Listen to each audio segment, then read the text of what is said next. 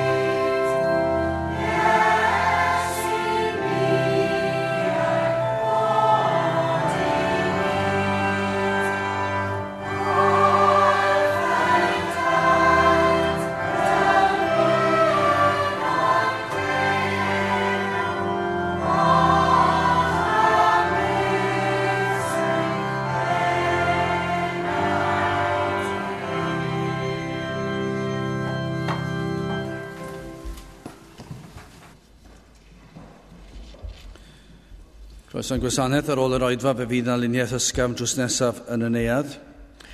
Fe fydd ein cwrgweddi misol, sef y dryden nos Iau o bob mis sy'n cael ei chynnal nos Iau yma, drws nesaf yn y neuadd am 7:30 wedi 7. Felly wythnos yma ein cwrgweddi misol ni nos Iau, 7:30 wedi 7.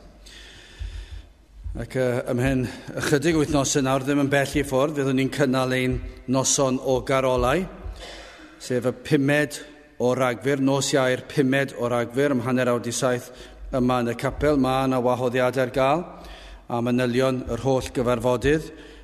Hwna fydd yr gwasanaeth garolau gyntaf. Fyddwn ni'n cynnal noson garolau arall, croesawu'r Nadolig am 11:45 a'r noswyl y Nadolig, sef Rhagfyr 24. Felly mae'r holl manylion i gael ar rhain, ac mae digonedd o'r rhain ar gael ymlaen y capel. Bydd ein hoedfa nesaf pnawn Sul am 7:30 wedi 3. Ar wrth i'r casgliad gael ei gymryd, gen i ganu tra ar ein heistedd emyn rhif 502, emyn rhif 502 yn y dwys ddistawrwydd dywed air fy niw, tored dy leferydd sanctaidd. ar fy nghyw. 502.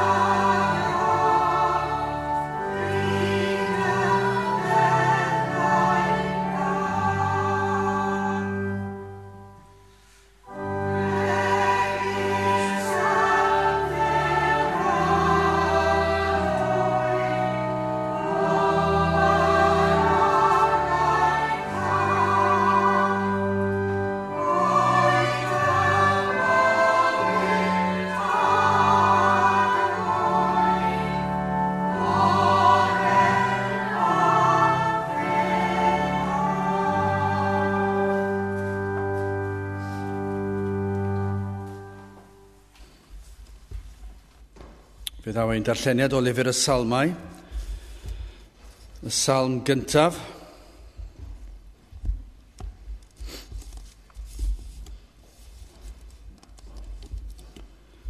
Y Salm gyntaf. Gwyn ei fyd y gŵr ni rodia yng nghyngor yr aniwiolion ac ni saif yn ffordd pechaduriaid ac nid eistedd yn eisteddfa gwatwarwyr. Ond sydd ei ewyllus yng nghyfraith yr arglwydd ac yn myfyrio yn ei gyfraith ef ddydd a nos. Ac efe fydd fel pren wedi ei blannu ar lan y fonydd dyfroedd, yr hwn ar rydd ei ffrwyth yn ei bryd, a'i ddalen ni wywa, a pha beth bynnag awnel efe a lwydda. Nid felly y bydd yr aniwiol, ond fel ma'n is yr hwn a chwal y gwynt ymaith, am hynny yr aniwiolion ni safant yn y farn, na phechaduriaid yng nghynulleidfa rhai cyfiawn, cynnes yr arglwydd a Edwyn ffordd yr rhai cyfiawn, ond ffordd yr aniwiolion a ddifethyr. Byddai bendith Duw ar ei air sanctaidd ef. Gadewch ni nawr droi at ein harglwydd mewn gweddi. Diolch i ni ti unwaith eto o Dduw ein bod yn gallu dod at y ti ac yn dod trwy enw ac heiddiant y dy fab a'n gwaredwr yr arglwydd Iesu Grist. Ac felly o Dduw yn diolch am gyfle i alw arna ti. Yn diolch i ti am gyfle i bledio am drigaredd ar ddechrau oedfa arall. Ond i baid y fod ti yma o Dduw yna yn ofer yw ein cyfarfod yma. Ond os wyt ti yma o Dduw, yna yn sicr mai dyma yw y lle y gorau gallasem fod yn ddi y prynhawn hwn. O Dduw, i ni yn gofyn i ti felly i bresennoli dy hun yma yn ein plith. I ni yn gofyn i ti i fendithio ein hamser yma, ar i ni fod yn ymwybodol o'th gwmni yma. A byddwn ni yn gwybod y fod yma i argyhoeddi, i gysuro, i arwain pobl at y ti, i ddod yn i'r man lle dylsen ni fod, O Dduw, i ni yn gofyn ti fadden ni nad ydyn ni wedi dod fel ag y dylsem, ac nad ydym yn manteisio ar yr holl freintiau yr ydym yn ei gael. Ond o Dduw, i ni yn gofyn i ti serch hyn oll ar ei ti trigarhau wrthym, ac ar ei ti fendithio ein hoedfa, y bydd y cyfan yn dwy'n clod i'th enw di. I ni yn gofyn i ti o Dduw i ddod â phobl ata ti, i ni yn gofyn i ti i weithio ar galonau pobl. I ni yn cyflwyno'r holl gyfarfodydd fydd yn dod ymhen rhai wythnosau oes ti a'i mynd. Ac y gweddio Dduw, y byddi di yn nawr hyd yn oed yn paratoi yn eidiau, y byddant yn clywed am yr oedfaon hyn ac yn ei gosod yn ei dyddiaduron ac yn penderfynu mai dyma yw'r lle byddant yn dod ar y nosweithiau hynny. Ac na fydd yr un drwg yn gallu rhwystro nhw mewn unrhyw ffordd. Na fydd yn dod ac anhawsterau ar eu traws nhw ac yn peri na fyddant yn gallu dod. Ac yna o Dduw, os ydynt yma ac yn meddwl dros y blynyddoedd yr rhai sydd wedi bod yn ein plith ac ddim yma bellach, i ni yn gweddio Dduw, os oeddent yma, yna rhaid bod na bwrpas i hynny, rhaid bod na reswm, ac felly y byddi di yn gweithio ynddyn nhw. Y bydd rhai ohonyn nhw o Dduw yn ymateb i'th air di. I ni yn gwybod o Dduw, y rhai sydd wedi clywed y air di ac wedi wrthod, bydd hwn yn pentyrru ei cosb arnynt, ac y bydd tragwyddoldeb yn ei gwynebu, yn cofio y cyfleon, y clwsant yr Efengyl. Ond o Dduw, i ni dal i ofyn am dy drigaredd, a tra bod cyfle, tra bod anadl, y byddi di yn peri, y bydd y geiriau y maent wedi eu clywed yn dod i gof ac y byddant yn ymateb i ddair di. I ni meddwl o Dduw am y niferoedd sydd wedi dod i'n gwasanaethau carolau ac wedi clywed y geiriau hynny ni wedi ganu o flwyddyn i flwyddyn ac wedi clywed am ffordd iachawdwriaeth. I ni yn ei cyflwyno nhw i ti ac yn gofyn y byddi di yn dod â nhw yn ôl, a byddant yn dod unwaith eto, ond fwy na hynny o Dduw, a byddant yn dod o'i tywyllwch i oleini yr Efengyl. I ni yn gwybod yr wyt ti yn gallu gwneud y pethau hyn. Nid ydyn ni yn gallu gwneud un o'r pethau hyn, dydyn ni yn gallu perswadio yr un enaid i ddod i oedfa heb sôn am agor ei llygaid mwyn iddynt weld ei hangen am waredwr. Ac felly i ni yn gofyn ac yn galw arna ti i wneud y gwaith, y byddi di yn trigarhau wrthym ac y byddi di yn bendithio'r wlad yma unwaith eto. I ni yn cyflwyno'r holl ddydd i ddofal di ac yn gweddio yn bob oedfa lle bydd y air yn cael ei ffregethu, y bydd na fendith ar y gair hwnnw, y bydd yr ysbryd glân yn cael ei dywallt arno ac y bydd na mawr lawenhau yn y nefoedd ynghyd â ni yma wrth i ni weld y ffordd yr wyt ti yn ateb ein gweddiau. Trigarha felly wrthym nawr am bendithiau'n hoedfa, i ni'n gofyn hyn oll trwy enw ac heiddiant ein harglwydd Iesu Grist. Amen.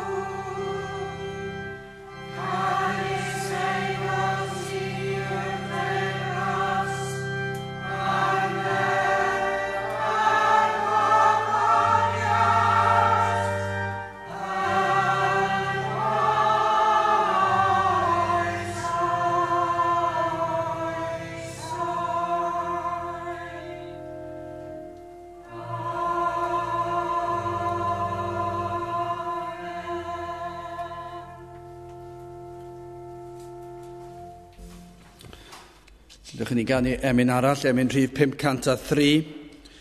503 o fendigaid geidwad, cliw fy egwan gri, dyr o ddawn dy gariad yn fy enaid i. Mi gawn dy gymundeb nefol heb wahan, gwelwn wedd dy wyneb, ond cael calon lan. 503 gewn ni sefyll i'w chanu.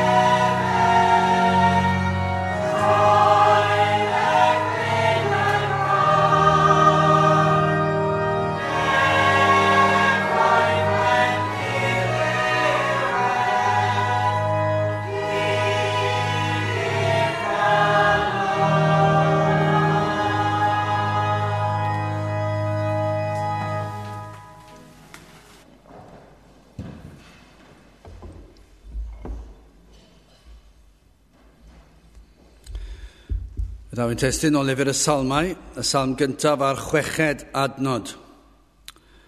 Y salm gyntaf a'r 6 adnod. Canis yr arglwydd a edwyn ffordd yr rhai cyfiawn, ond ffordd yr aniwiolion a ddifethyr.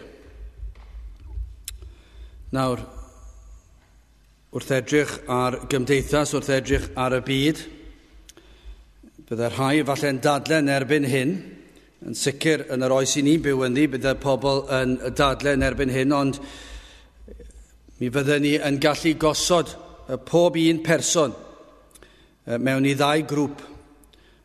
A'r grwpiau hynny fyddai grŵp sydd yn gywir a'r grŵp sydd yn anghywir. Nawr, fe heddi byddai pob math o ddadle am hynny ac yn dweud sut allwch chi ddweud y fath beth. Ond mi fyddech chi'n edrych ar gymdeithas ac mi fyddech chi'n gallu edrych ar pob un person fel unigolion ac mi fyddech chi'n gallu dweud, wel, mae pob un o'r rhain unau yn gywir neu yn anghywir. A mae'n ddigon syml, dyna pa mor syml yw e. I chi unau yn anghywir neu yn gywir. Rydych unau yn rhodio ar y ffordd neu'r llwybr iawn, neu dydych chi ddim yn rhodio ar y llwybr iawn. Mae'r ysgrythur yn llawn rhybuddion, ac yn rhybuddio'n ddigon clir na ddylwch chwilio i weld ble mae y mwyafrif, ond dyna beth yw'r broblem. Mae'r mwyafrif o bobl yn chwilio i weld ble mae'r mwyafrif arall wedi mynd. Dyna yw'r sefyllfa gan amla, cyn belled bod y mwyafrif yn neud rhywbeth, yna mae'r rhaid bod hynny yn iawn. Ac felly yn penderfynu mae dyna'r llwybr cywir gan fod y mwyafrif yn rhodio ar hyd y ffordd honno. Rhybydd amlwg yn diarhebion 14 ac yn dweud hyn, y mae ffordd sydd uniawn yng ngolwg dyn, ond ei diwedd hi yw ffyrdd angau. Mae yna ffordd sydd yn ymddangos yn iawn i ddyn, ond ei diwedd yw ffyrdd angau. Matthew 7:14 o blegyd, cyfyng yw'r porth a chil yw'r ffordd sydd yn arwain i'r bywyd, ac ychydig yw'r rhai sydd yn ei chael hi. Dyna i chi adnod sydd yn disgrifio'r sefyllfa. Mae gymaint o bobl yn meddwl mae'r mwyafrif sydd yn iawn, ac yn belled bod y mwyafrif gyda chi, yna fod popeth yn iawn. Ac yna falle dod mewn i oedfa fel hon.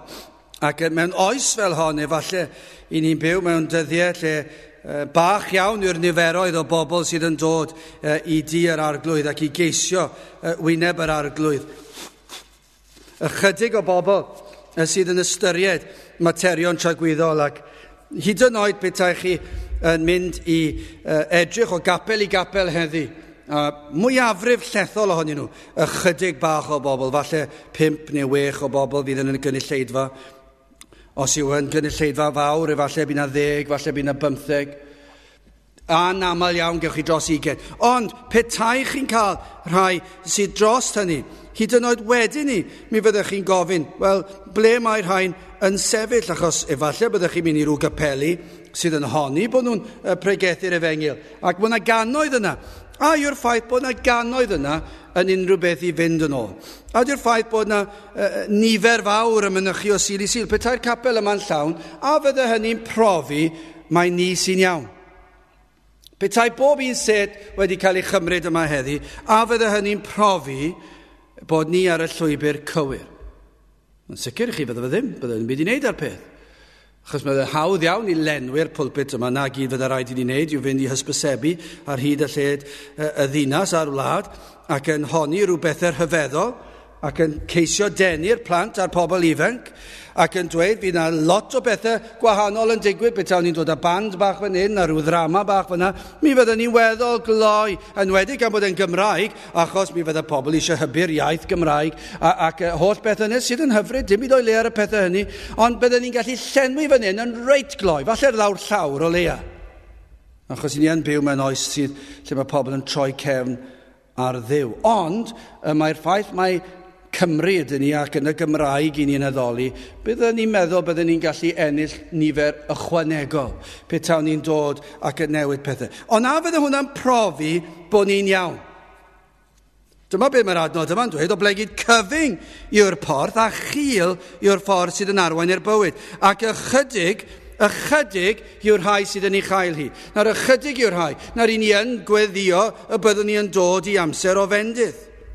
Ac y byd Duw yn dod ar niferoedd i fewn. Yn yr oes i ni'n byw yn di, byddai hwn dal yn wir, dros gyfnod hanes, mae ychydig yw'r rhai, ond i ni yn gweddio y byddwn ni yn dod i gyfnod lle bydd na fwy yn dod. Ond mor ofalus yw'r rhaid i ni fod, nad ydyn ni yn penderfynu ein bod ni'n iawn ar y llwybr i ni'n rhodio, gan fod y mwyafrif yn rhodio ar hyd yr un llwybr. Pinau mewn ystyr y byd neu crefyddol, petawn ni'n mynd i rhyw gapel a fod na filoedd yna, neu petawn ni'n mynd allan ar gyfer strydoedd Caerdydd ac yn mynd i'r tafarnau ac yn gweld nhw'n llifo ac yn gorlifo allan o'r tafarnau ac yn dweud dyma lle mae'r mwyafrif, felly dyna lle sydd rhaid i fod yn iawn. Neu petawn ni'n mynd i rhyw gapel lle mae yna filoedd yn mynd allan, mae'r rhaid bod hwn yn iawn, dyna lle mae'r mwyafrif. Mae'r rhaid i ni fod yn falus. Nad ydych chi yn cael eich perswadio, mae dyna beth sydd yn penderfynu a yw rhywbeth yn gywir a'i pheidio. Yr adnod y testun, cynnes yr arglwydd a edwyn ffordd yr rhai cyfiawn, ond ffordd yr aniwiolion a ddifethyr. Y salm yma'n llawn cynghorion, rhybuddion. Gofalwch eich bod ar y llwybr cywir. Ydych chi'n gwybod ar ba lwybr i chi? Ydych chi'n gwybod ar ba lwybr i chi? Gofalwch eich bod yn gwybod i ble mae eich llwybr yn arwain. Ar yr adnod yna nes I ddarllen o ddiarhebio, mae'n dweud bod yna ddiwedd i'r ffordd rhai sydd yn meddwl ei fod yn iawn yn arwain at angau. Felly gwnewch yn siŵr nid yn unig eich bod chi'n gwybod I sicrwydd ar ba lwybr I chi, ond beth yw diwedd y llwybr. Ond nid ni'n byw mewn oes arwynebol iawn, tymhorol, presennol. Cyn belled fy mod i'n hapus heddiw yna mae popeth yn iawn. Dyna beth sy'n bwysig. Os ydw i'n iawn nawr, yna dwi'n ddigon bodlon fy myd. Os ydy popeth yn ddigon yn ei le, ac ei fod yn ymddangos yn iawn, yna fe gario ymlaen ar hyd y llwybr yma. Yn aml chi'n clywed yn bobl wrth nhw fynd trwy harddegau, hugeiniau cynnar, ac maen nhw falle yn mynd I cael rhyw swydd ar ôl rhyw gwrs arbennig, ac falle ar ôl chydig maen nhw'n diflasu ar hyn, ac yn aml dwi'n pislo, beth yw'r rheswm bod nhw yn diflasu, ac maen nhw'n dod I rhyw amser yn ei bywyd, mae rhaid I fi cael rhyw newid, mae rhaid fi ffeindio fy hun a cael rhyw newid ar fy myd I, achos dydyn nhw ddim yn fodlon ei byd, ac maen nhw'n newid cwrs I bywyd yn llwyr. Beth yw'r rheswm am hynny? Gan amla, mae yna anfodlonrwydd yna. Ac wrth gwrs bod yna anfodlonrwydd yna, dydyn nhw ddim yn gwybod pam I bod nhw yma, ac felly maen nhw'n chwilio am rhywbeth arall. Wastad yn goffo cael rhyw prosiect, wastad yn goffo cael rhyw beth, achos dydyn nhw byth yn fodlon I byd. Achos maen nhw wedi cael y pleser tymhorol, y presennol, ac ar ôl i'r pleser yna ddod I ben, mae rhaid fi cael rhywbeth arall, mae rhaid fi cael rhywbeth arall, mae rhaid fi drio rhyw swydd wahanol, mae rhaid fi drio wneud hyn ar llall, mae rhaid fi ychwanegu at beth sy'n gen I, mae rhaid fi chwilio am ffordd I wella fy myd, ac mae trwy'r amser rhyw anfodlonrwydd. Achos I chi'n byw mewn oes mor arwynebol. Ond mae'r salm yma yn disgrifio pobl felly, ac yn disgrifio y llwybrau I chi arni. Mae'n disgrifio'r cadwedig, mae'n disgrifio'r saint, y Cristion, mae'n hefyd yn disgrifio'r anghredinwyr, yr rhai sydd yn anfodlon I byd, ond sydd yn rhodio ar y llwybr ac yn chwilio am rhywbeth sydd yn ei gwneud nhw'n fodlon, ond trwy'r amser yn chwilio am rhywbeth. A gai ofyn I chi cyn mynd ymhellach, sut byddai'r salmydd yn disgrifio chi heddi? Eich bod chi yma, ac eich bod chi yma mewn nifer fach o bobl, I chi ddim wedi cael eich temtio I fynd at rhywle lle mae yna gannoedd o bobl, oherwydd bod yna gannoedd o bobl yno. Pwy a wyr, falle daw dydd bydd yna gannoedd o bobl yma, ond dwi'n gobeithio bydden nhw'n dod am yr rheswm cywir, oherwydd bod Duw yn gweithio yn eu celonau nhw. Mae'n nid dod oherwydd rhyw adloniant yw ond pam I chi yma, beth yw eich sefyllfa chi, ar ba lwybr I chi arni? A pam I chi ar y llwybr honno? A beth yw diwedd y llwybr honno? Achos mae'r adnod yma'n dweud, yr arglwydd a edwyn ffordd yr rhai cyfiawn. Mae'n gwybod yr rhai sydd ar y ffordd cywir, mae'n nabod ffordd yr rhai cyfiawn. Ond ffordd yr aniwiolion a ddifethyr. Felly mae Duw yn gwybod os ydy chi ar y ffordd cywir, mae hefyd yn gwybod os chi ar y ffordd anghywir. Cwestiwn yw, ydych chi'n gwybod? Dyna'r mater, ydych chi'n gwybod ar ba lwybr I chi? A beth yw I diwedd I? Wel, yn gyntaf, hoffwn ni edrych ar y disgrifiad yma o'r aniwiolion, ac yna y disgrifiad o'r diwiol, ac yna pa lwybr I chi arni. Wel, yn gyntaf, yr aniwiolion. Mae'r ysgrythyr yn disgrifio pob person a aned ei bod nhw yn aniwiol. Hynny yw, fod pob person felly yn rhodio o enedigedd ar y ffordd lydan sydd yn arwain at ddistryw. Dyna yw'r man cychwyn, dyna'r man geni. Yr eiliad yma'r baban yn dod i'r byd, pinau yn yr ysbyty neu yn y gatre neu mewn ambulans ar y ffordd i'r ysbyty, sy'n bod ble mae'n digwydd, ble mae'r baban yn dod i'r byd, ond pryd bynnag mae'r baban yn dod i'r byd, mae yno yn barod ar y ffordd lydan. Mae e'n aniwiol o'r eiliad cyntaf. I ni'n gwybod hynny, sy'n eisiau ni fynd i fanylion ac i brofi'r peth, bydde fe'n rhyfedd iawn dod ar draws unrhyw un, bydde'n dadle wahanol. Efallai mae fel hyn, mae rhai pobl yn meddwl, ac yn dadle'r achos, maen nhw'n meddwl bod pobl, plant wrth cael ei geni, ac wrth iddyn nhw dyfu fyny'n hun, ac ar ôl nhw'n byw rai blynyddoedd, yna maen nhw'n dewis eu llwybr. Dyna fel, dwi'n siŵr o fod byddai mwyafrif o'r byd yn trial dadle'r achos. Ac maen nhw'n meddwl, iawn, a mae yna bwysigrwydd ar y rhieni wrth gwrs. A dyma i chi beryg, hyd yn oed mewn teuluoedd Cristnogion, yn meddwl eu bod nhw, bod yn bwysig bod ni'n arwen y plant i'r efengyl ac yn y blaen, ond yn meddwl eu bod nhw'n gallu hyfforddi plentyn i fod yn un sydd yn hodio ar y llwybr cywir. Dwi'n bosib, i ni'n gallu rhoi nhw ar y llwybr cywir. Ond mae yna rai Cristnogion yn meddwl, trwy eu magwraeth, eu bod nhw'n llwyddo peri fod y plentyn yna rywsut neu gilydd yn ffeindio'u traed ar y ffordd cywir, y ffordd y cyfiawn. Dwi'n gwybod le maen nhw wedi cael hwnna, ond maen nhw'n meddwl felly, ac hyd yn oed na fydden nhw'n dweud hynny yn ei athrawiaeth nhw, dyna fel maen nhw'n meddwl. Dyna chi beryg, mae yna rai pobl Cristnogol yn gallu meddwl, ond mae'r byd siwr fod yn meddwl fel hyn. Mae yna le i'r rhieni i foldio ac i arwain y plant. Ac yna'r ysgol, mae'r ysgol yn gallu disgyblu, wel, ni'n methu disgyblu rhyw lawer yn yr ysgol, ond ni'n cael yn beio am y methiannau yn y plant, ac dylsen ni fod yn ei haddysgu nhw, ac yn dangos nhw sut maen nhw fod o fewn cymdeithas, ac yna, falle pan maen nhw'n 7 neu 8, falle yn 10, 11 mlwydd oed, falle 13, 14, ar ôl i harwen nhw, y byddan nhw yn dewis llwybr bywyd. Dyna beth yw e. Dyna beth mae'r byd yn meddwl. Fod plant yn dewis i llwybrau hunan.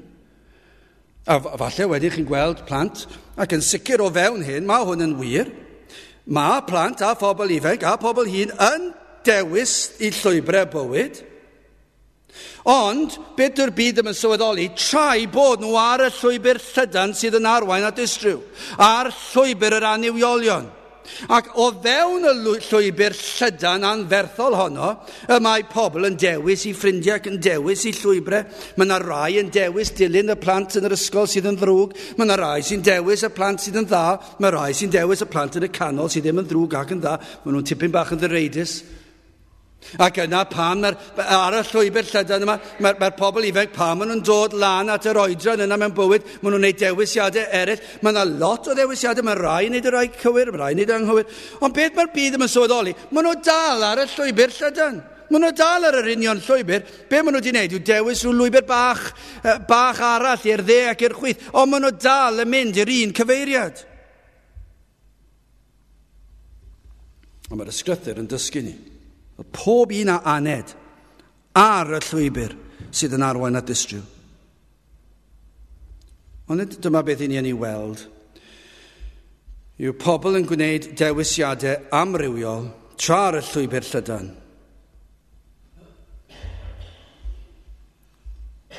Ac yn gweld nhw yn cael eu twyllo gan y goleuadau a'r sŵn, a'r holl furi, ac yn meddwl dyma'r llwybr, gan fod y mwyafrif arni, gan fod fy holl ffrindiau arni, yna dyma'r un sydd yn rhoi rhyddid i mi, dyma'r un sydd yn rhoi pleser i mi, ac maen nhw'n parhau arni. Ond ni bydden nhw'n sylweddoli, mae dyna lle ganwyd nhw, a pa mor galed y triwch chi, newch chi ddim dod oddi arni. Dwi ddim yn bosib i chi ddod oddi arni yn eich nerth eich hunan. Ond yr hyn i darllen yr adnod gyntaf yw hyn. Gwyn ei fyd y gŵr, ni rodia yng nghyngor yr aniwiolion, ac ni saif yn ffordd pechaduriaid, ac nid eistedd yn eisteddfa gwatwarwyr. Nawr dwi'n gwybod mai disgrifiad o'r cyfiawn yw hwn, gan ei fod yn dweud gwyn ei fyd y gŵr, ni rodia ac yn mynd yn ei flaen. Ond dwi am ddefnyddio'r adnod yma i ddisgrifio'r aniwiol am funud, bod yn wir ei fod yn dweud, dyma i chi ddisgrifiad o'r gŵr cyfiawn, un sydd ddim fel rhain. Ond dwi am ddisgrifio'r rhain i chi, yr aniwiolion. Yma ni'n gweld rhai sydd yn rhodio yng nghyngor yr aniwiolion. Os y rai fan hyn sydd yn rhodio yng nghyngor yr aniwiolion? Achos ni'n gwybod bod pob un a aned yn dechrau yma, yn aniwiol, ni'n gwybod hynny. Pobl sydd yn byw tu allan i gwmnïaeth a chymdeithas a Duw, dyn nhw ddim yn ofni Duw, maen nhw'n byw iddynt eu hunan, maen nhw'n byw yn eu moesau personol, fe allech chi fod yn aniwiol, ond y person fwyaf moesol yn y wlad. Mae hwnna'n bosib. Fe allwch chi fod y person sydd ddim wedi gwneud llawer o bethau anfoesol, sydd wedi bod yn mor garedig, wedi bod yn grefyddol iawn ac wedi bod yn aberthol iawn, ond i chi dal yn aniwiol. Hynny yw, dydych chi ddim yn byw mewn cymdeithas â Duw. Felly mae'r Beibl yn eich disgrifio chi yn aniwiol. Dydych chi ddim wedi gwneud dim o'r pethau da hynny clod i Dduw. I chi wedi gwneud nhw clod i chi eich hunan. I chi'n aniwiol. Hyd yn oed os chi'n rhoi teitl crefyddol arno fe. I chi dal wedi wneud am yr rhesymau anghywir. Felly mae'r Beibl yn eich disgrifio chi yn aniwiol. Mae pob un a aned yn aniwiol. I chi wedi gadael Duw allan o'ch bywydau chi, allan o'ch cynlluniau chi. Petai chi wedi cael cyfle fan hyn heddi i wneud penderfyniadau yn ystod eich bywyd chi, mi fyddech chi wedi gadael Duw allan o'r cynlluniau. Sicr i chi. Efallai bod chi wedi caniatáu rhieni i helpu chi wneud penderfyniadau, ac dim ond oherwydd mae rhieni nhw a maen nhw'n ar y pryd, ond mi fyddech chi wedi gadael Duw yn llwyr allan. Os oes rhieni sy'n Gristnogion da chi, yna falle byddech chi'n fodlon iddyn nhw i dderbyn arweiniad gan Dduw, ond petai chi'n cael y dewis, byddech chi ddim yn dod â Duw mewn i'r cwestiwn. Dwi ddim eisiau Duw i fy arwain i mewn unrhyw faes. I beth dwi'n dysgu yn yr ysgol, i ba goleg, i ble dwi'n mynd, i pa swydd, i ble dwi'n byw, unrhyw beth. Byddech chi ddim eisiau cyngor Duw ar unrhyw beth. Pam? I chi'n aniwiol. Mae'r aniwiol hefyd yn elynion i Dduw. Ac gellir dweud i chi wedi cael eich geni ar y llwybr, a does dim dewis da chi, i ddweud y gwir, dyna yw eich dewis chi. Dyna'r llwybr chi eisiau bod arni. Byddech chi ddim eisiau ymuno a'n llwybr ni, achos mae'n llwybr ni i chi i'r byd, i'r aniwiol, yn un diflas. Pam byddwn ni eisiau amddifadu o bleserau'r byd? Pam fydden ni eisiau dod i oedfaon, pam fydden ni eisiau byw wedi gwahanu o bechodau'r byd? Dwi eisiau cael y byd. Ac felly, dydych chi ddim eisiau. A'r dewis, eich dewis chi yw y ffordd sydd yn arwain at distryw, y ffordd lydan. Eich dewis yw ond i chi na ta beth, a does dim dewis da chi. Ond petai dewis, mi fyddech chi yn dewis honno bob tro. Pinnau fod yn lwybr crefyddol, neu un yn gwbl sydd mor bell o grefydd as i phosib. Yr un yw'r llwybr crefyddol, neu un sydd yn gwbl fydol. Maen nhw union yr un peth. Maen nhw gyd yn arwain at distryw. Dyna lle chi fwyaf cyffyrddus. Dyna beth mae'n dweud. I chi'n rhodio. Gwneud fyd y gŵr ni rodio yng nghyngor yr aniwiolion. Beth ych chi'n neud? I chi'n rhodio yng nghyngor yr aniwiolion. Chi'n hoffi bod yna. Chi'n hapus i fod yna. Ymhlith yr aniwiolion. Lle gallwch chi barhau a'ch bywyd. Heb ymyraeth neb. Dim cyfyngiadau gan Dduw. Chi'n meddwl, petai chi'n meddwl, bysen ni ddim yn licio bod yn rhan o nhw. Achos mae yna gymaint o gyfyngiadau ar eu bywydau nhw. Dyn nhw ddim yn cael gwneud hyn a'r llall. Dyn nhw ddim yn mynd i'r mannau yma. Mae'r bywyd mor ddiflas. Mae'r byd yna mor gyffyrddus. Does dim unrhyw rwystrau ar fy mywyd i fyna. Does neb yn ymyrryd ar fy mywyd i. Dim cyfyngiadau gan Dduw yno. Dwi'n rhydd i rodio yma ac agw ar y llwybr yma. Mae'r llwybr yma mor bleserus. Dyna pa mae Salmydd yn disgrifio fe. Maen nhw'n rhodio yng nghyngor yr aniwiolion. I chi'n rhodio yn eu plith nhw. Chi'n mwynhau eu cwmni nhw. Gai ofyn, ydych chi yn gyffyrddus gyda'r byd? Chi sydd yn blant yn yr ysgol, ydych chi'n hoffi cwmni ffrindiau'r ysgol? Nawr wrth gwrs, mae'n bod yn ofalus fan hyn. Achos dwi'n hoffi cwmni y staff dwi'n gweithio gyda nhw. So beth dwi'n ei olygu wrth hynny? Dwi'n hoffi cwmni nhw. Maen nhw'n bobl hyfryd. Ac felly, chi yn yr ysgol, fydd yna rhai ffrindiau sydd yn hyfryd. Beth ni'n disgrifio fan hyn yw, Ydych chi'n gyffyrddus yn y pethau y mae'r byd yn ei wneud ac yn ei sgwrsio nhw drwy'r amser? Mi dylsech chi fel rhywun sydd yn Gristion fod yn mwynhau cyngor a cwmni Cristnogion yn trafod am bethau Duw. A dyna yw eich pleserau chi, ond pan i chi gyda'r byd, mi fyddwch chi mwynhau eu cwmni nhw ar ryw lefel, a mae e'n lefel fel hyn, ond petach chi'n mynd yn ddyfnach, dydych chi ddim yn gallu cael cymdeithas yn nhw, achos dydyn nhw ddim yn deall. Felly dim ond i ryw bwynt i chi'n gallu mwynhau. Ond mae yna lefel arall, lle mae'r byd yn mynd i dywyllwch ac i anfoesoldeb ac i feddw dod a'r holl bethau yna sydd ynghlwm â'r byd. Celwydd, yr holl bethau yna sydd yn rhan o'r byd i ni'n gwybod amdani, ac pa bynnag lefel yw ar lefel rhemp, neu jyst ar lefel partion bach o dro i dro, gai ofyn i chi, ife dyna lle chi'n hoffi bod? Fe dyna lle chi'n gyffyrddus? Pryd yw'n doi ddewis, pobl Dduw a mwynhau eu cwmni nhw fel ddoi ymhlith y pobl ifanc, a mwynhau cwmni'r pobl ifanc ac yn cael sgyrsiau chwerthin braf pan yn cael y prynhawn yn rhydd, a ydych chi'n gyffyrddus yng nghwmni pobl Dduwiol, neu a fydde well dych chi fod yng nghwmni pobl sydd yn sôn am anfoesoldeb ac am ganeuon y byd ac am yr holl bethau yna. Dyna'r cwestiwn. Chi sydd yn y coleg, chi sydd yn y gwaith, ble chi fwyaf cyffyrddus? Achos be mae'n dweud fan hyn yw rhodio yng nghyngor yr anniwiolion. Dyna le chi'n troi am gyngor. Dyna le chi'n troi am gyfeillgarwch.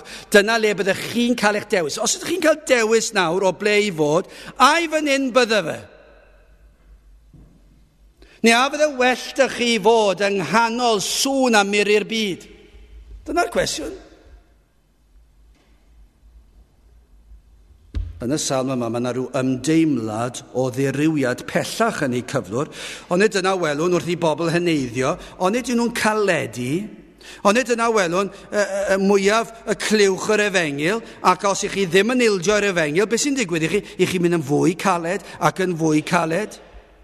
Ac mae'r adnod yma yn y salm yn mynd ymlaen, ac ni saif yn ffordd pechaduriad. Gynner roeddech chi'n rhodio yng nghyngor yr anniwiolion. Nawr mae yna rhyw fath o ddirywiad, os ydyn ni eisiau disgrifio fe fel hyn. Nawr ych chi'n sefyll yn ffordd pechaduriad.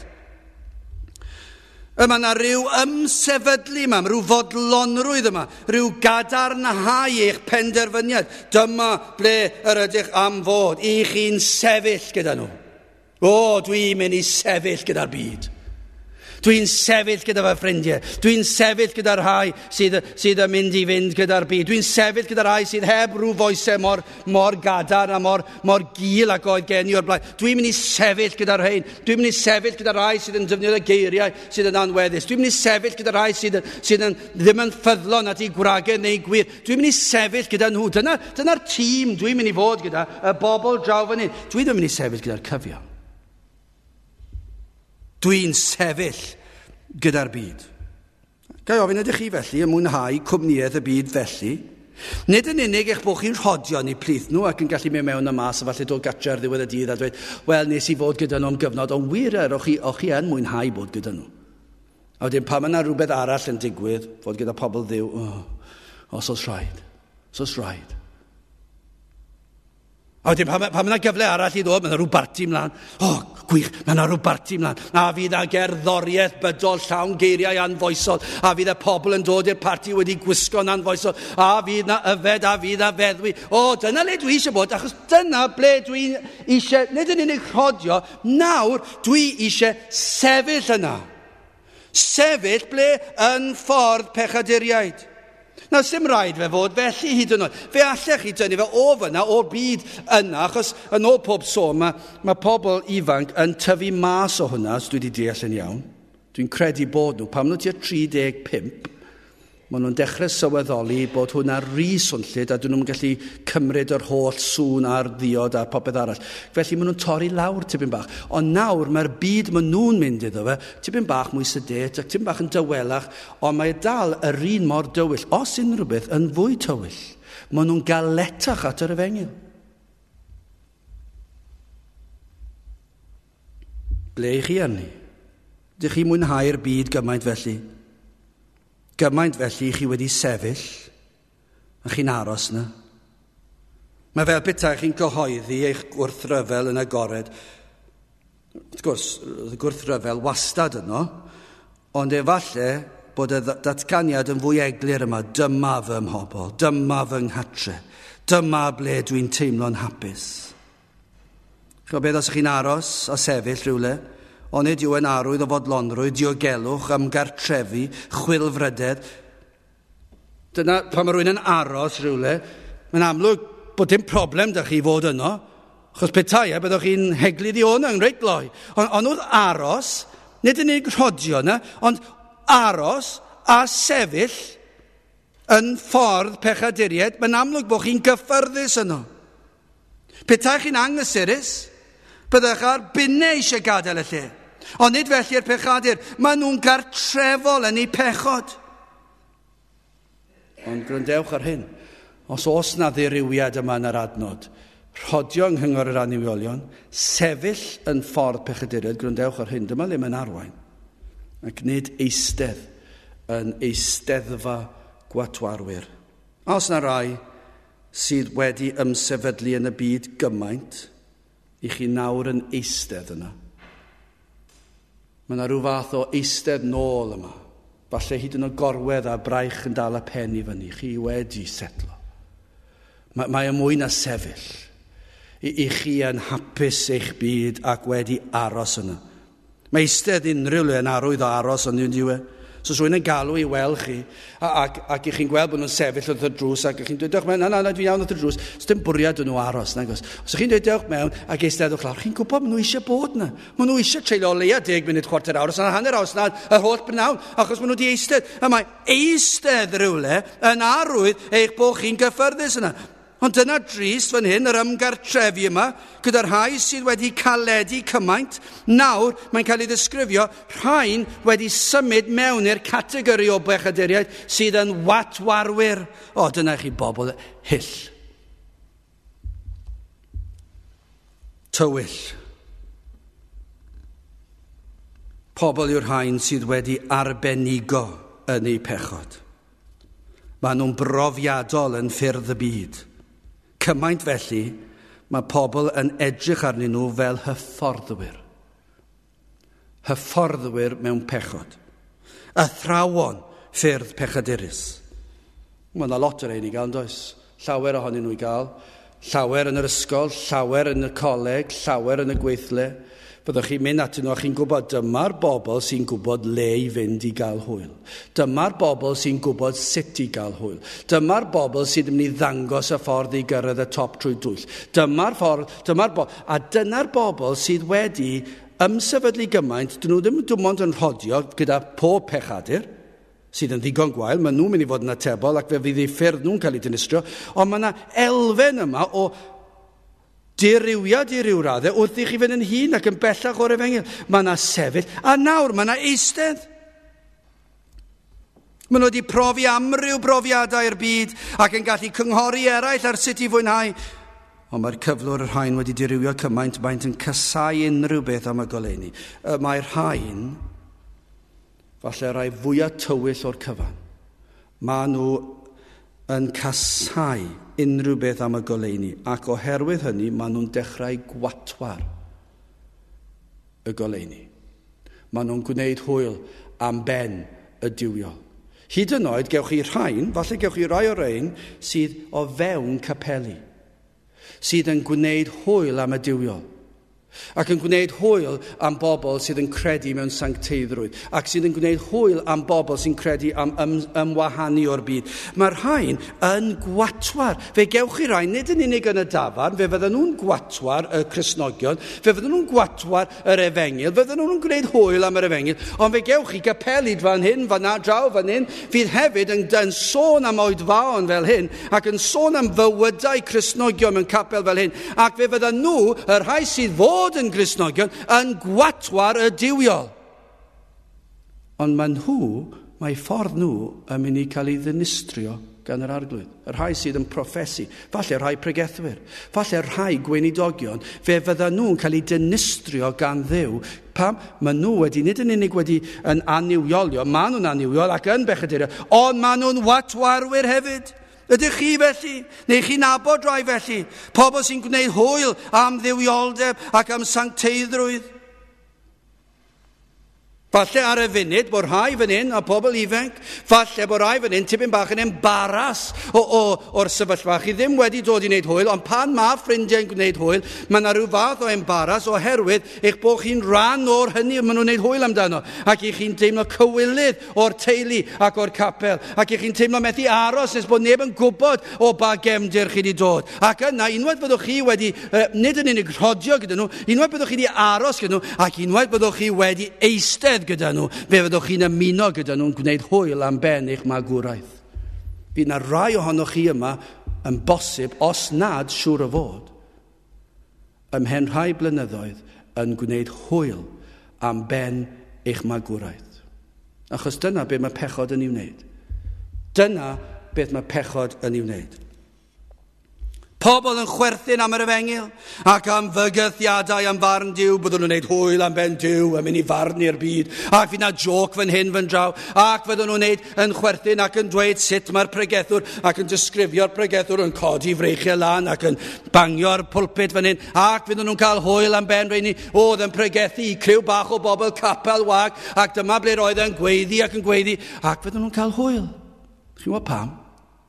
Achos maen nhw wedi eistedd gyda'r gwatwarwyr.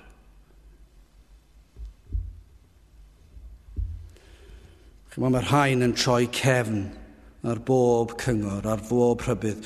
Adnod 4, dyma chi ddisgrifiad o bobl felly. Nid felly y bydd yr aniwiol, ond fel man is yr hwn a chwal y gwynt ymaith. Dyna chi ddarlun trist. Maent fel man is yma, darn o'r grawn sydd yn ddiwerth ac yn marw ac yn ddibwrpas ac heb sylwedd. Dyna be mae'r salmydd yn disgrifio'r aniwiol, yr rhai sydd yn watwarwyr. Maen nhw'n ddibwrpas, maen nhw'n ddiwerth i'r gymdeithas, hyd yn oed os maen nhw'n llwyddo dod yn brif weinidog ar y wlad. Maen nhw'n ddiwerth llwyr. Pam? Maen nhw fel man is. Does dim sylwedd iddyn nhw. Hyd yn oed os na nhw i'r pobl fwyaf clyfar ar y ddeiar ac maen nhw'n dweud o'r bawb sut i fyw. Mae'r salmydd yn ei disgrifio nhw'n ddiwerth llwyr. Pam? Dydyn nhw ddim yn nabod yr arglwydd.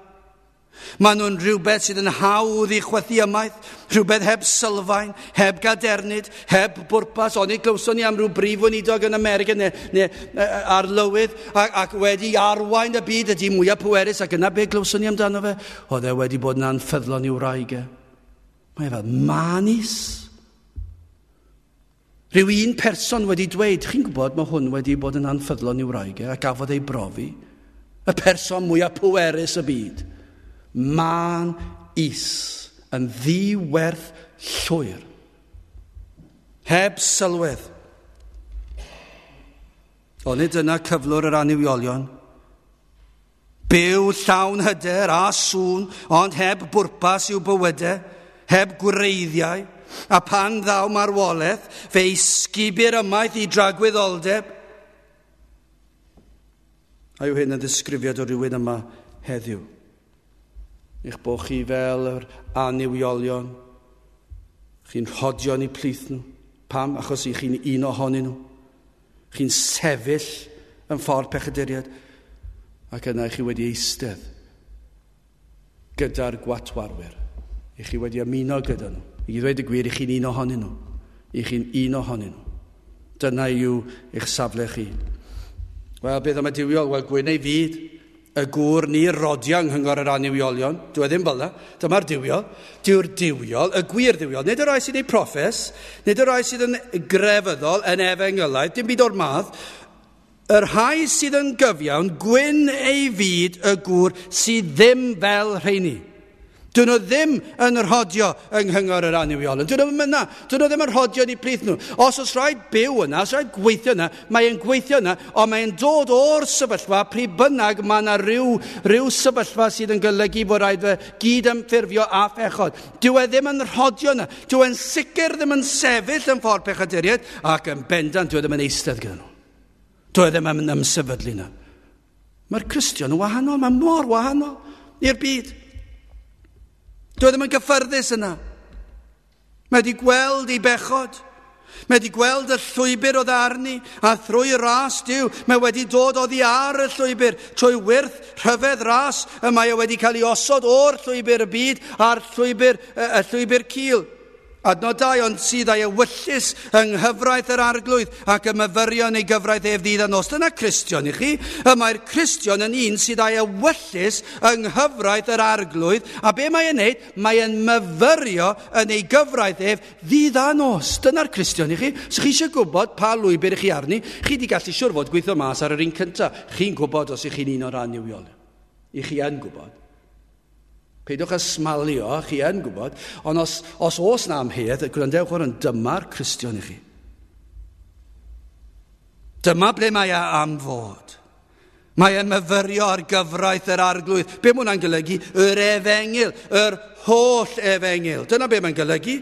Mae ewyllus yn yr efengil, yn holl air Duw. Gwyn ei fyd oherwydd, trwy ras, mae wedi gweld y pethau'n glir. Mae Duw wedi agor ei lygaid.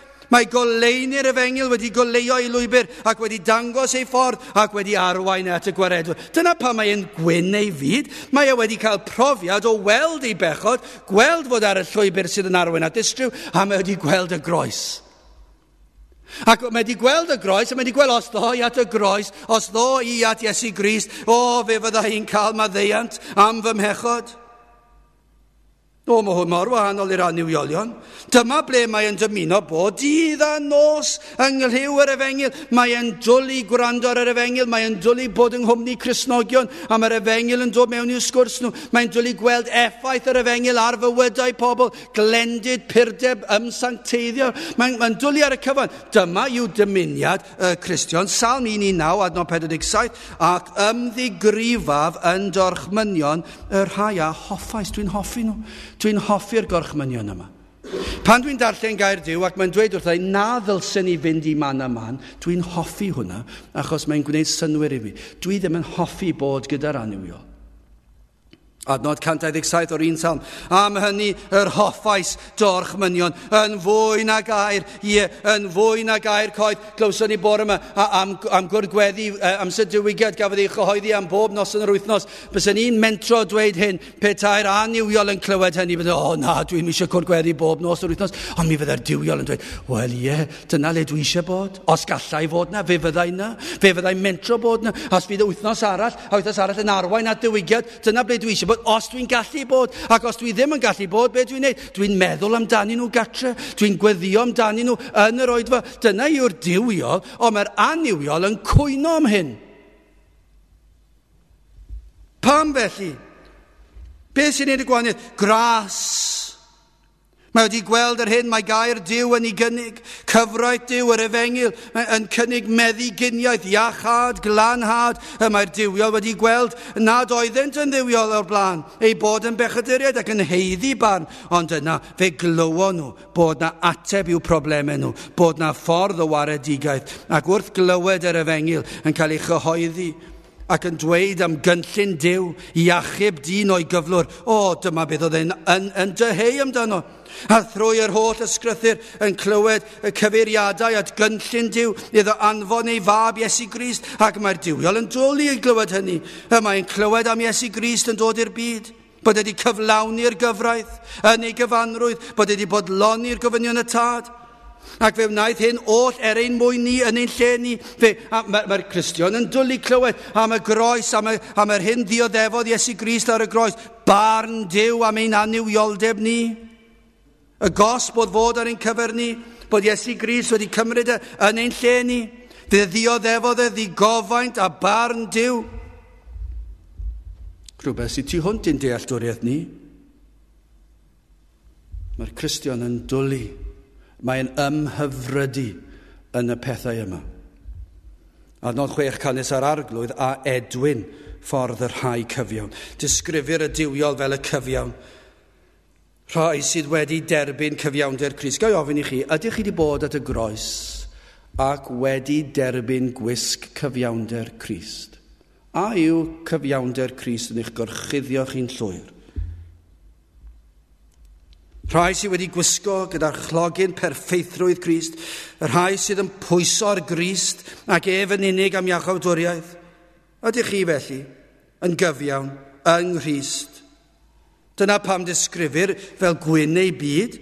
Dyna safle hyfryd ar gyfer y presennol a'r dyfodol. Safle o fyw bywyd ar y llwybr cywir, un sydd yn arwain at y nefoedd. Dyna chi safle o lendid ac o sancteiddrwydd, nawr oherwydd gwaith Duw yn ei galon, ac oherwydd bod yr hedyn sanctoedd yma wedi blannu ynddo trwy'r adenedigaeth yr Ysbryd Glân, mae e nawr yn dyheu am Dduw ac am sancteiddrwydd. Mae na wyrth wedi digwydd. Mae'r Ysbryd Glân wedi plannu hedyn yn yr enaid, ac mae'r hedyn yma nawr yn hedyn o sancteiddrwydd. Dyna pam mae Cristion wastad yn dangos newid. Mae yna wyrth wedi digwydd. Mae hedyn sancteiddrwydd yn ei enaid. Ac felly fe fydd yr hedyn yn tyfu. Ac fe fydd bywyd o sancteiddrwydd ac ymwahanio'r byd. 1 Ioan 5:3, cynnes hyn yw cariad Duw, bod i ni gadw ei orchmynion, a'i orchmynion ef nid ydynt drymion. Dyn nhw ddim yn drwm i ni. Mae holl gyfeiriad y Cristion wedi newid. Gynt, yr oedd yn hodio ac yn sefyll ac yn eistedd falle gyda'r byd. Ond nawr mae'n myfyrio dydd a nos yng nghyfraith yr arglwydd. Dyna popeth iddo. Mae'n ymhyfrydu yn gwrando ar yr efengil. Mae'n dwlu ar ganu am yr efengil. Fe fydd yn dwyn ffrwyth, mae'n dweud adnod 3, ac fe fydd fel pren wedi blannu ar lan afonydd dyfroedd. Yr hwn a rydd ei ffrwyth yn ei bryd, a'i ddalen ni wywa, a pha beth bynnag awnel, fe a lwydda, fe fydd yn tyfu'n ysbrydol. Fe fydd yn tyfu ymhethau Duw. Dyma yw ei fyd. Gai ofyn, ydych chi'n pwyso'r grist am bopeth? Ydych chi'n ymhyfrydu yn yr efengil ac yn ildio i ganllawiau'r efengil? A yw ei orchmynion yn drwm i chi, neu a fedrwch ddweud nad ydynt yn drymion? Ydych chi yn dwyn ffrwyth? A oes na arwyddion eich bod wedi edifarhau o'ch pechod a'ch bod yn dyheu am sancteiddrwydd? Neu a ydych chi dal i fwynhau teimlo yn gyffyrddus ymhethau'r byd?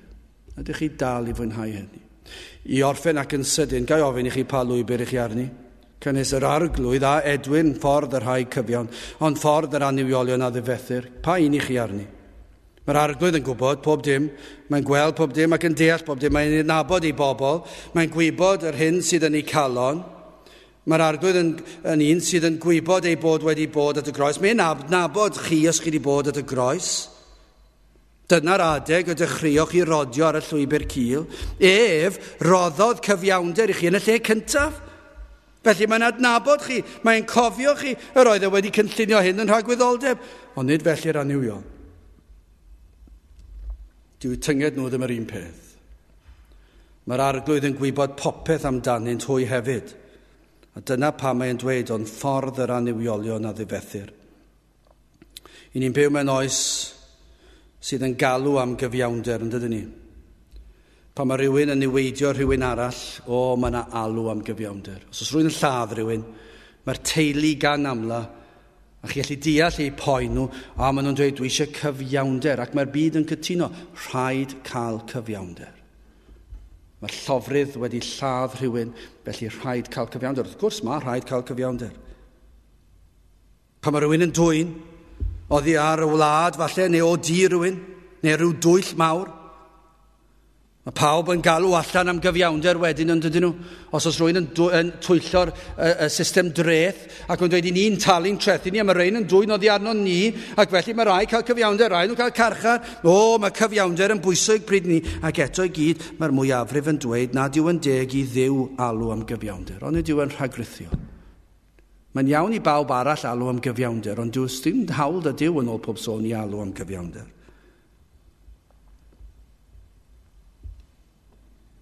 Chi wedi penderfynu bod hawl ganddo chi dorri cyfraith Duw, a dim atebolrwydd. Chi ddim wedi rhoi eich bywydau'n llwyr i Dduw. Ac eto gyd, chi'n meddwl, wel, fyddai ddim yn atebol. Chi'n credu bod hawl anwybyddu gair Duw eich creawdwr, a gallwch ddweud a gwneud fel y mynwch, ond nid yna dywed gair Duw. Am hynny adnod 5, yr aniwiolion ni safant yn y farn, na phechaduriaid yn hynny lleidfa rai cyfiawn. Dyma yw diwedd y pobl yma. I chi'n cael eich rybuddio yma, bod na atebolrwydd, a bod na farn. Na fydd yr aniwiol yn gallu sefyll hyd yn oed yn y dydd ofnadw hwnnw. Mae yna ddydd yn dod, ac mae hwn yn agosau ac yn prysur agosau.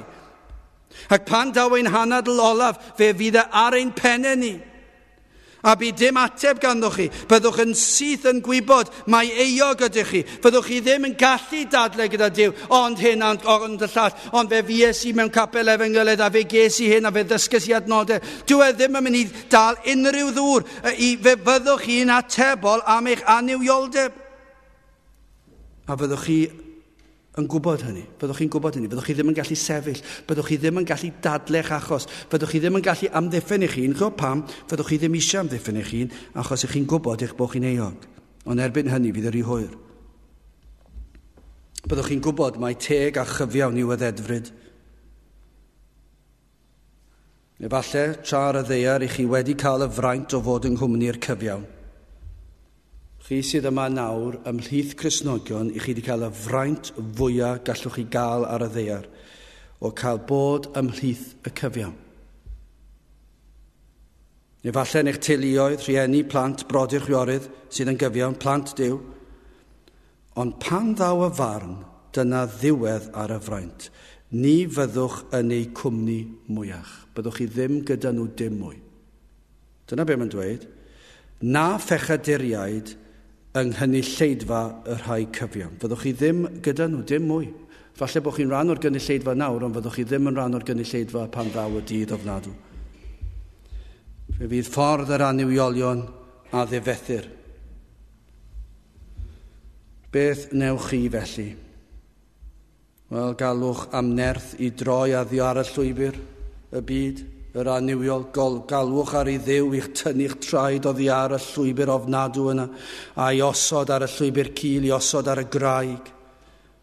Dewch i'r man lle clywch gyfraith yr arglwydd ar Efengyl, gwrandewch, ceisiwch, ymatebwch, ymchwiliwch ymhellach, darllenwch, holwch, gweddiwch, gwnewch y pethau hyn i chi, falle o'r diwedd yn gweld eich bod chi ar y llwybr yma sydd yn arwain at distryw, o na fyddwch chi yn galw ar ei Dduw i'ch tynnu chi oddi ar y llwybr.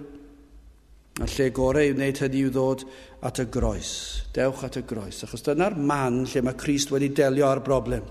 Ac os dewch chi at y groes, dyna'r man lle mae'n tynnu pobl o'r llwybr y byd i lwybr sanctaidd.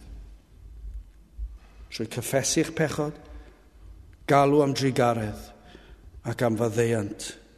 Ac wrth wneud hynny, fe fydd yr arglwydd yn eich gosod chi ar y llwybr cywir.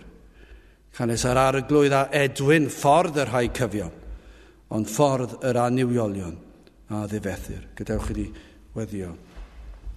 I ni'n diolch i ti o Dduw am yr hybyddion sydd yn dy air di, ac hefyd am y cysur sydd yn dy air di, dy fod ti yn adnabod yr rhai hynny sydd yn rhodio ar y ffordd yma, y pobl sydd yn gyfiawn yng Nghrist trwy gyfiawnder Crist.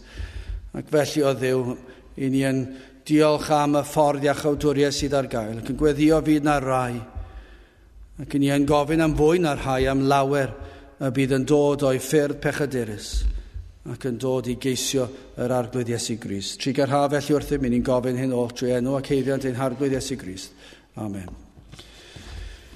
Dewch i ni orffen ein gwasanaeth trwy ganu'r emyn rhif 521, 521, o ysbryd pur nefolaidd cyn elwi lawr i'r bedd, trwy ryw athrawiaeth hyfryd, gad i mi brofi o'th hedd. Maddeiant, maddeiant cyfan rhad, yw'r cyntaf peth a geisiaf yr awron yn y gwaed. 521 gen i sefyll i'w chanu.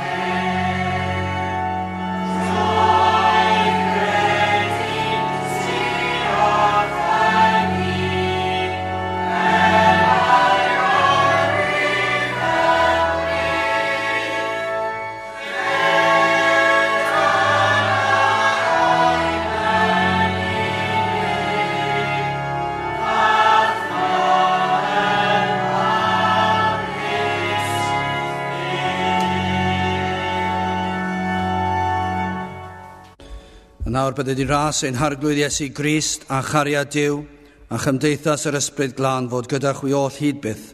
Amen.